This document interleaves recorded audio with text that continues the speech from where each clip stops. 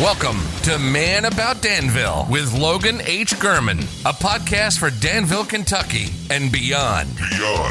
Conversations with friends, and you get to listen. Brought to you by the Logan Company, a commercial and residential real estate brokerage for Danville and Central Kentucky. 80% Danville-centric, 20% eccentric.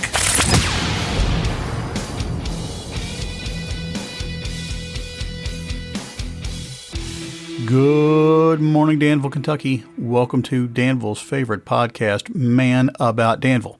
I am the man about Danville himself, Logan H. Gurman, and you are listening to Danville, Kentucky's favorite podcast. Thanks so much for joining me, whether you are in your car, by the pool, playing a little golf, on a road trip. Maybe you're taking a road trip for the 4th of July holiday, the long weekend there, working out at the gym, at your job. Say you're working at the Center College bookstore, which reminds me, shout out to Man About Danville Listener of the Week, Anastasia. No matter what you're doing, I appreciate you taking time to make this podcast a part of your day.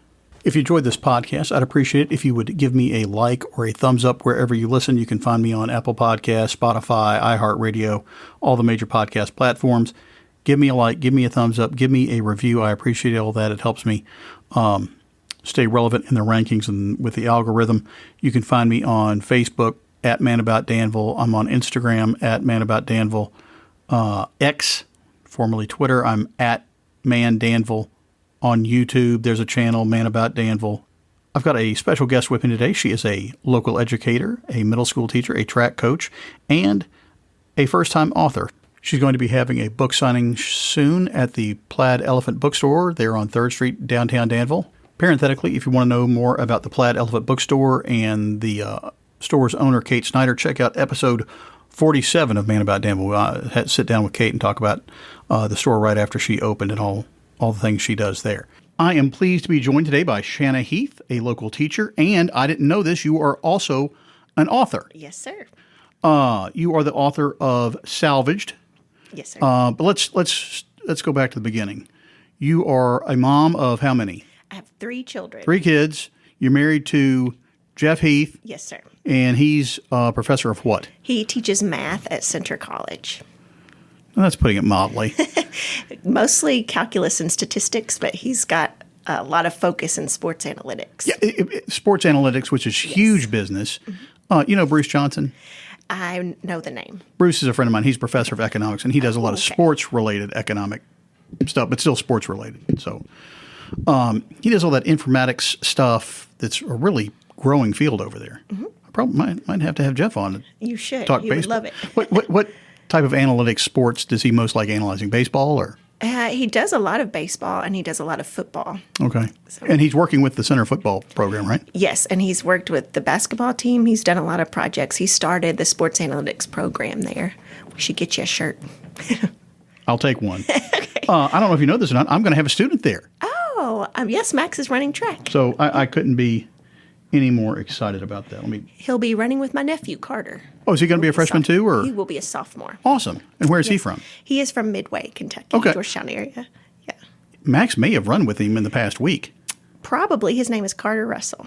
Max went to Midway to run with 2 other guys that are on the team. He said one was a sophomore and one was a junior. I hope it was Carter. I bet it was. Well, that's fun. Yeah.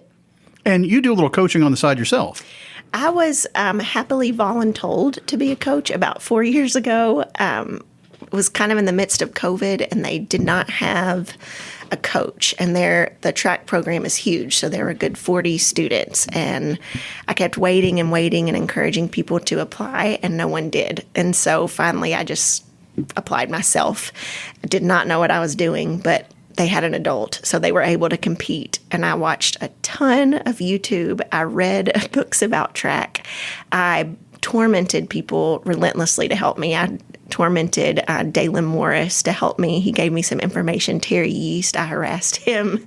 But everyone was very kind and generous with their time, and I got lots of help. And the kids did so well and have competed so well, I'm not sure they'll ever let me quit. So you just worked your way into a permanent gig. Yes.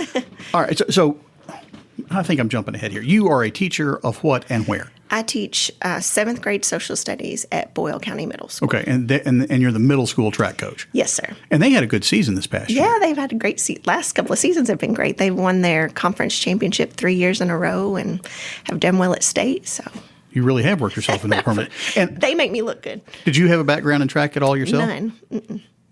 Not a single bit. I had never been to a track meet before my son started attending them, and I'm like, oh, this is how these. They're fun. I like the track community because everybody's really nice to each other. So I found that to be very true, and we've got friends that have kids on, in neighboring schools, and it's a very collaborative. Yes. You don't have to push anybody down. Correct. To win. Yes, that's why I like it so much. You don't have to take the ball from anybody else. All you got to do is just go be faster than the guy in the lane next to you. That's right. There's not a lot of refereeing to it. There's not a lot of fouls called. It's just you go run that way and see who's fast. Amen. So, in addition to your teaching, you have written this book, Salvaged. Yes, sir. And what exactly is Salvaged about? So it's a young adult Christian fiction novel. It's called Salvaged for 2 reasons. One, the main character, whose name is Hadley, she is sort of displaced. She's raised by her grandmother in Maryland. Her grandmother has a very bleak cancer diagnosis. So Hadley relocates to Kentucky to live with her estranged father. And while she's in Kentucky, has to take on an internship at a local business. She's kind of given the last resort at a place called Southern Salvage. And it's an antiques place. They do kind of architectural salvage. It's nothing remotely close to what she's interested in. So she's kind of bummed about that. But it turns out to be great. I don't want to spoil the whole book, but she becomes great friends with the family that owns the store. She gets close to her mentor. Her advisor at her new school is this old history professor who's thrilled that she's working with antiques, even though she's maybe not quite that excited. And in her senior project makes this massive chandelier out of Coke bottles, repurposed old Coke bottles. But also, since it is young adult Christian fiction, it kind of goes along with the theme of salvaged or being made new or created new again. So it kind of has a double meaning there. Now, is this your first book? Yes, sir. Okay. I assumed it was your first book, but you never know. So when did the seed of this idea come to you?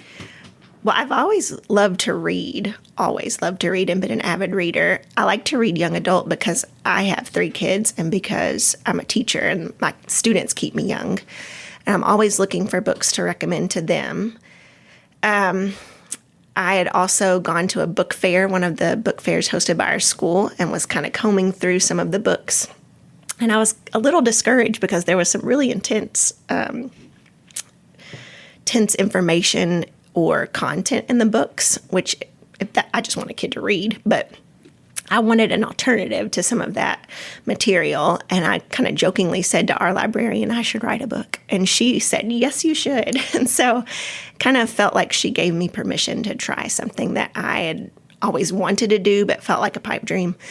And then COVID started and I had more time on my hands. So I kind of went for it. I was reading, at the time, there's a book called There You'll Find Me by Jenny B. Jones. It was actually made into a movie on Netflix. And I was reading her book, and I would consider that book young adult Christian fiction. And that was the first time I really thought, I can do this. I can write a book and offer that. And now, here, several years later, here we are. Yes, here we are. You've written your first book. Yes, sir. So what was the process like? Did you just go down to the basement every day or up to the attic? And Yes, sir. I started, Jeff had an older MacBook that he kept it from school. So I would go down to the basement, say a little prayer, kind of map that out. They have this in the world of writing. There's plotters and pantsers. You either plot it out and go by your plot, or you just fly by the seat of your pants. And I'm a plotter, so I'd plotted that out. I would just try to write for a certain amount of time each day. But I also, early in the process, one of the best things that I did was to join, I had researched different organizations, and I joined the American Christian Fiction Writers organization, and it had a ton of resources. One of the groups within the ACFW is called Scribes, and in that you can submit a portion of your work each week and have other authors kind of critique it. And that was a godsend. That was wonderful. Kind of like a workshop would be in a physical setting. Yes, it's kind of like low-key editing. So they would give me feedback, and helped me develop thick skin because they were being critical, but in a kind way, in a helpful way, helping me grow as a writer. So they inspired me and gave me lots of help. So, and you're the you've got three kids, 2 daughters and a son. Yes, sir. And how old are they? My oldest is 16, Abigail. My middle daughter is 14, Miriam, and then Owen is 9. Okay. So it would be targeted toward your 2 daughters. Probably. I'd say 12 to 18 would be a target age, but also I'm 40 years old and I love to read young adults. So anybody 12 and up. I'm not scared of young adult myself. Okay, good. I read The Hunger Games and I love the Chronicles of Narnia growing up and all that those stuff. Are great. Yeah.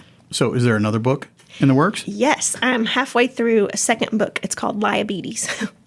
And it is about a young lady who would really love to go to her dream school, Vanderbilt. She is inspired by one of their alumni and wants to follow in her career footsteps, but she cannot afford it. Her family is her family is not wealthy. So as a last-ditch effort to get enough funding to go to Vanderbilt, which she has been accepted to, she fills out a application for a scholarship with the American Diabetes Association, but she does not have diabetes. So she eats enough sugar in order to give herself diabetes. Yes, it's been fun to write, except I think a lot of myself was reflected in the main character of the first book. She tells a whopper of a lie in this book, which I'm not perfect, but I would definitely not do that. So it's been kind of hard that's been the challenge of the second book, is writing as if I had told a gigantic lie. Now, are you from Maryland yourself? No, I am from Kentucky, but I went to graduate school in Maryland. Oh, okay. Where'd you go? UMBC, University of Maryland, Baltimore County. Did they have a good NCAA run a couple of years ago? They did. They made they beat a number 1 seed in the first round of the tournament, I think. Something like that. Yes, go Retrievers. They had a little Cinderella run. What gave you the inspiration for the story? Oh, goodness. Other than the first one, let's talk about that one. The first one's already out. What was the inspiration? Salvaged. Well, I was not a normal teenager. I did love antiques when I was younger. The setting, I loved where I lived in Maryland. I love where I live in Kentucky. But also Hadley, part of the book, part of her charm, I guess, is that she is terrified of dating. She has a friend that's always trying to send her on these crazy dates. I was 100% terrified of dating and boys. If you had another podcast, I could fill several episodes of funny stories from avoiding dates in high school. But mostly just my own children, my love of reading, my students, and I just really love to write and read. Well, that's a neat thing to just sit down and to have the discipline to make yourself do it. Is it self-published or did you get a publisher? It's self-published. That's such a great way for people to get into the market and see what happens. Yes. I went through the ACFW to a conference in St. Louis in September, and just learning the ins and outs of the industry was so overwhelming. Maybe one day I could get an agent, but it was just daunting to learn the whole process. You have to be well written to get an agent. Once you get an agent, they will sell or pitch your book to a publisher. If the publisher accepts it, they really get most of the control over your book as far as the cover, editing, everything. And you don't get as much royalties when you go that route. So it's hard to know what's best for you in your book when you are jumping in to publish for the first time. So it's definitely a learning process. So locally, the book's available at Plaid Elephant there on 3rd Street. Yes, sir. Anywhere else? Is it at the Center Bookstore or anything?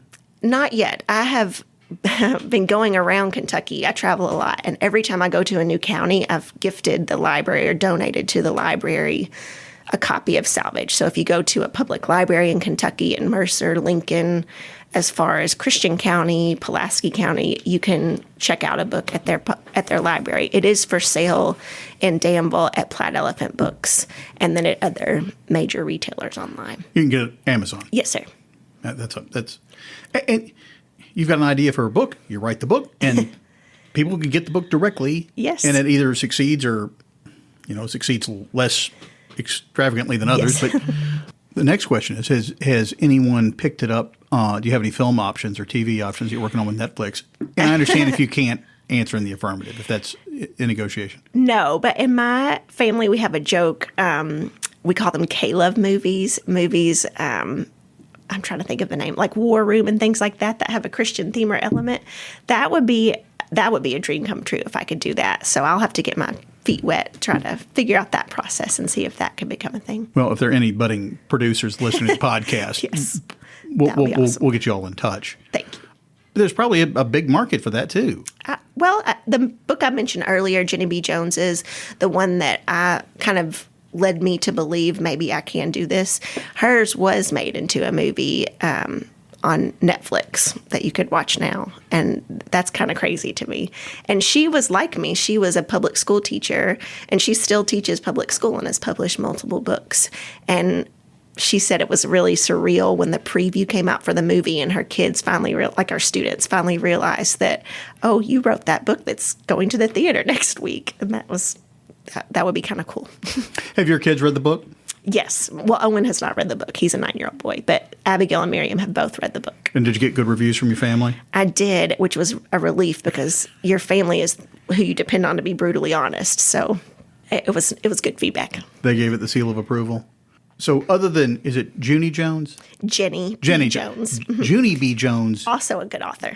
Or is that or was there a book series? Okay, I'm sorry. Yes. Junie B. Jones. Is that like is a character of a children's series. Children's. Yes. Okay, that's what I was thinking of. So what are some other books you would recommend what's some other books you would recommend to the target audience for your book? So it depends on what a young adult would like. I can recommend some, if you're into dystopian, like you mentioned, Hunger Games.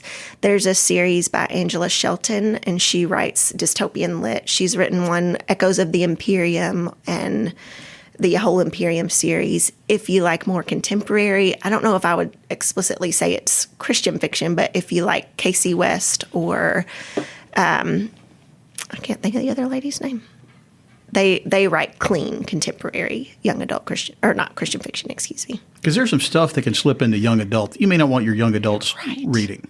Correct. Yes. Yeah, we'll just leave it at that. Good call. And then, you're if you have a precocious reader, they can just get into all kind of stuff that's not young adult, it's just adult, and you don't know. Correct. Anyway, we'll leave that. We'll just set that on the table. So I saw on Facebook, which is why I insisted that you come in for the podcast sooner rather than later, you are going to be having a book signing coming up at the Plaid Elephant. Yes, sir. I spoke with Kate Snyder, who owns Plaid Elephant Books, and worked out a date for a book signing. If you want to come get your book signed, purchase a copy of the book, and enjoy a cupcake and some ice water, I would love to sign your book for you. And that is on Wednesday, July 24th from 5 to 6:30. And again, that's at Plaid Elephant Books here in Danville. Give me that date again. Wednesday, July 24th from 5 to 6:30 p.m. That's a Wednesday. Yes, sir. Okay. That's so cool that we have author signings in town and have Kate's store to do that. And she does a great job of promoting independent authors and getting the information out about their work. As an independent business operator, she's closely aligned with independent authors. Yes, she's fabulous. And if you haven't been in the shop, you should go. It's super cute. It's really first class. It is. That's a good way to describe that. And of course, that's just the way Danville does things, in my opinion. I know.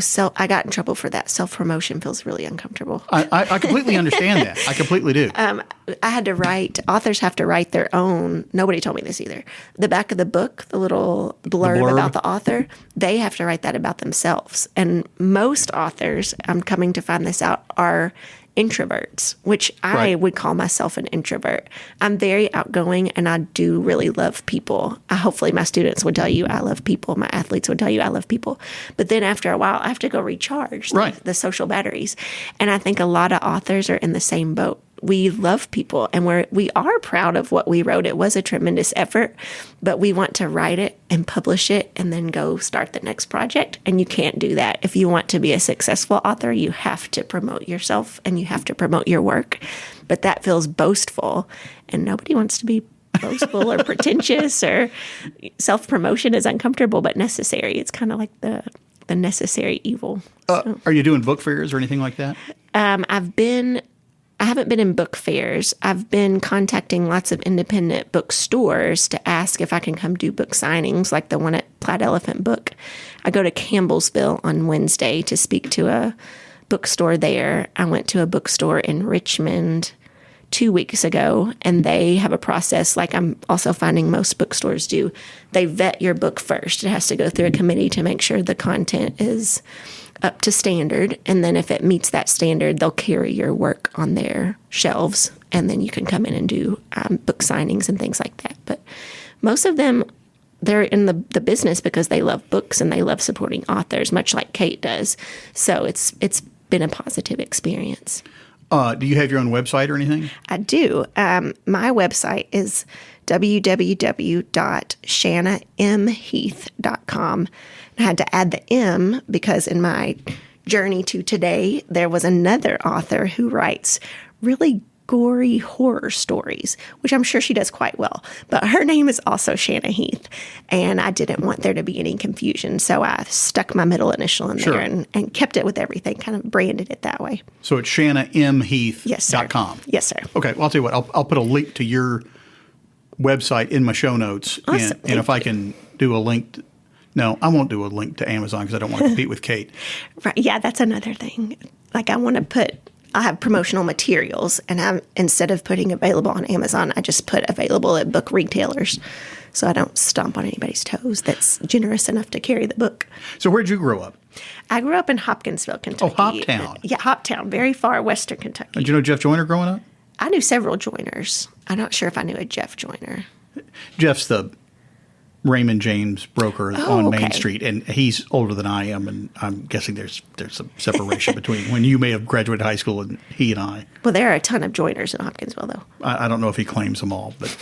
Well, I'll say one more thing, though. I don't know where this will fit into your podcast, but if there are other aspiring authors in Danville, which I'm sure they are, our public library does an excellent job connecting writers with resources. And every summer, and I've participated in these myself, there's a writing workshop. It's usually 4 to 6 weeks on sometimes Tuesday, sometimes Thursday evenings. And Mr. Stansberry, Paul Stansberry, will help authors craft their stories and sort of walk them through the process of that. So we do have some great resources that the library, Plaid Elephant Books, and the ACFW, like I mentioned. I didn't know that about the library. That's a Yeah. great resource. There's an idea for a podcast to There have you something because they do everything over there. They do. And Mr. Stansberry, that leads the writing workshops, he also does writing workshops at North Point with the prisoners. Oh, that's neat. Yeah, he's a really neat guy. Man. No telling what kind of stories could be produced out there. Just the life stories of some of those. I've been through there. I've been through. I had occasion to take a tour of another prison in the state, and it's just absolutely heartbreaking. The momentary choices that get made that lead to that. Agreed. Are you excited about the school year coming up? I love that middle school building that you guys are in. That Oh, is it's super nice. I always get excited. They joke that kids get nervous, but teachers get nervous too. And teachers have back to school dreams. I don't know if this is a phenomenon for kids like it is for teachers because I don't remember experiencing it as a student. But we start maybe in June with back to school dreams, weird dreams like you go to school and you forgot to brush your teeth and put on deodorant and there's a monster in the cafeteria. But just crazy stuff. I don't know. I always anticipate it, but I always love to get to meet the new students and their new personalities. And I get to teach a new class this year. I have no idea if you want to know all this. Oh, that's great. Okay. I get to teach a class this year, an elective called Building Blocks of History. And we are going to take the mother load of Legos and build different scenes from ancient civilizations. And then as we're doing that, we also are inviting guests to come in and cook meals from that era. We're going to take virtual field trips. We're going to listen to their music, all kinds of stuff, and then set up the Legos in a display, kind of like you would go to a museum to see. So I'm really excited about that. I think that would have been the stuff of my middle school dreams right there, building a historical diorama out of Legos. Yeah, we've got Dr. Feeberg coming since he's done a lot of studies in France. He's going to come over when we build the Eiffel Tower, and there's a couple of famous churches in France that we're going to try to put in our scene from that. I don't know who's listening, but if you have experience in a foreign country and would like to come talk, maybe you've been to Greece or Egypt and you'd like to come hang out with us and build Legos, that would be awesome. Or if you have 20 or 30 pounds of Legos in the basement not doing anything. That is correct, because I've written several grants through Walmart and Donors Choose and a couple of other places, but Legos are not cheap, but they're fun. They're fun and they last forever. They do last forever. They really do. Because my kids played with the ones I had when I was a kid. Oh, that's kind of sweet. Well, I thought so. The kids didn't care, but I thought it was thrifty and tender. Plaid Elephant, Wednesday, July 24, 5 to 6:30. You'll be there, and I bet if somebody, you won't turn anybody away at 6:30, right? Oh, heck no way. Come hang out. Go see Shanna. Go see Kate Snyder at the shop. Go in and see Kate before. It makes a lovely birthday present for birthday parties coming up. Great for when's the next book coming out? Is it going to be out this year? Or? Yes, I'm hoping if I can send it off to the editor in August that I'll have it ready to publish in November. Release in November. It'll be perfect for Christmas gift giving. Present. There you go. Read Awesome. about diabetes. All right, Shanna, thanks so much for being with me today. Thank you. Thank you for having me. Special thanks to my guest, Shanna M. Heath, educator and author of the new book, Salvaged, available now. Thanks to Shanna for joining me this week. I appreciate her time. You can find more about her on her website, shannamheath.com. If you want to get in touch with me to talk about the show or real estate, send me an email at manaboutdanville@gmail.com, or you can find me on my website, manaboutdanville.com. Follow me on Instagram, manaboutdanville. I'm also on X. The handle there is @mandanville. Or I've got a Facebook page, Man About Danville. You can find this podcast on Apple Podcasts, Spotify, iHeartRadio, just about anywhere else you choose to download your high-quality podcasts, including Amazon. Of course, you can find links to all my back episodes, too. If you have a moment, hit subscribe, give me a like, give me a thumbs up, give me a review. I appreciate those, and it helps me move on up in the algorithm and the rankings and all that stuff. Until next time, be well, have a good weekend, and thanks for listening.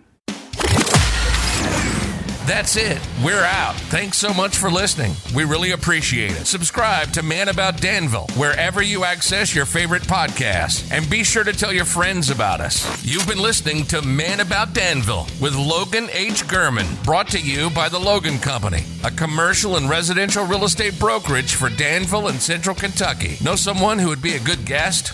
Want to be a guest yourself? Have an idea for the show? Get in touch with us. Find all our contact information on the web at manaboutdanville.com. Thanks for joining us.